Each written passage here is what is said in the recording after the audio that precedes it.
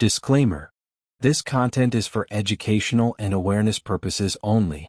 We do not promote cultism or violence in any form. In the evolving story of campus cultism in Nigeria, Imo State universities witnessed one of the most defining shifts in confraternity influence and control during the 1990s and early 2000s. The long-standing rivalry between two of Nigeria's most notorious cult groups, the BlackAxe, also known as the Neo-Black Movement, and the Vikings, also known as the Norsemen or the Supreme Vikings Confraternity, came to a head in several institutions across the state. What followed was a transformation of dominance, leading to the BlackAxe emerging as the most powerful and feared cult group in Imo State tertiary institutions. This development, although rooted in the dangerous underworld of campus cultism, provides insight into how group dynamics, structure, and territorial control shape power balances in academic environments, especially when left unchecked by institutional authorities. Before BlackAxe's dominance, the Vikings held strongholds in many higher institutions across Imo State, including the Federal University of Technology Owerri FUTO, Imo State University IMSU, and Alvin Ikoku Federal College of Education. Known for their flamboyant displays, naval-themed codes, and militant structure, the Vikings attracted many students through recruitment rituals and promises of protection, brotherhood, and influence. In the early 90s, the Vikings' network expanded with calculated precision. Their dominance was seen in hostile territories, student union politics, and street-level control in surrounding communities. They thrived on numerical strength, fast initiation processes, and strategic alliances with smaller cult factions.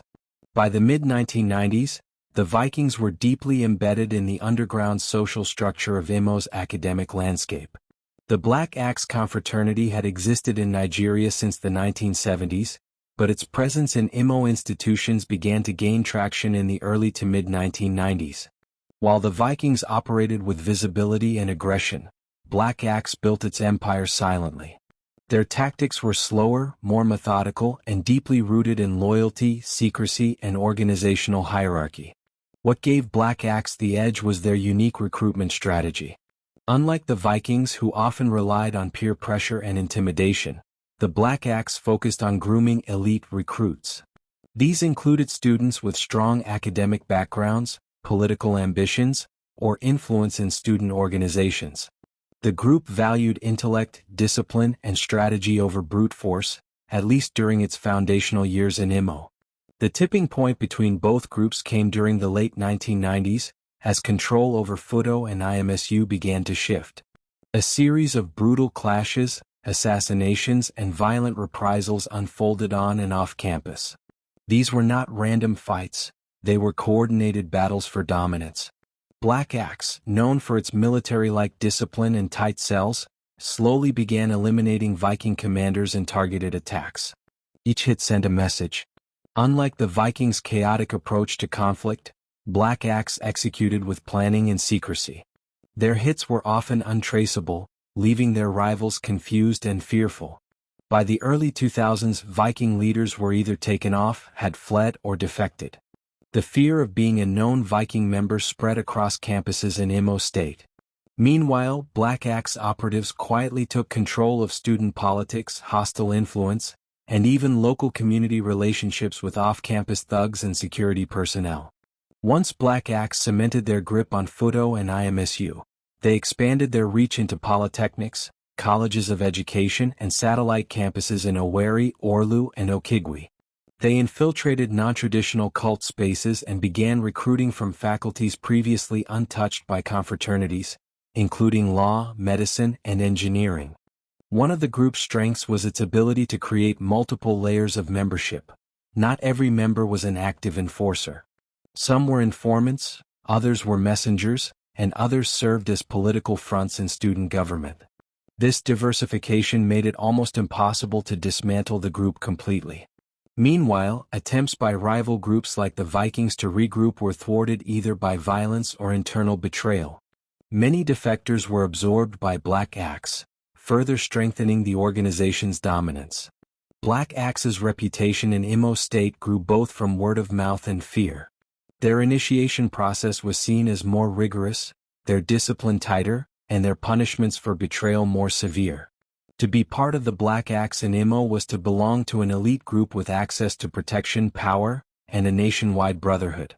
The Vikings, on the other hand, lost many of their loyal members to fear, death, or abandonment.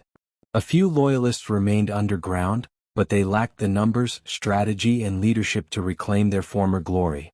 By the mid-2000s, the Viking presence in most Imo institutions was nearly non-existent. BlackAxe operatives reportedly controlled off-campus hostels, transportation syndicates, student union elections, and even extended their influence into local police connections, according to anecdotal reports from former insiders and observers.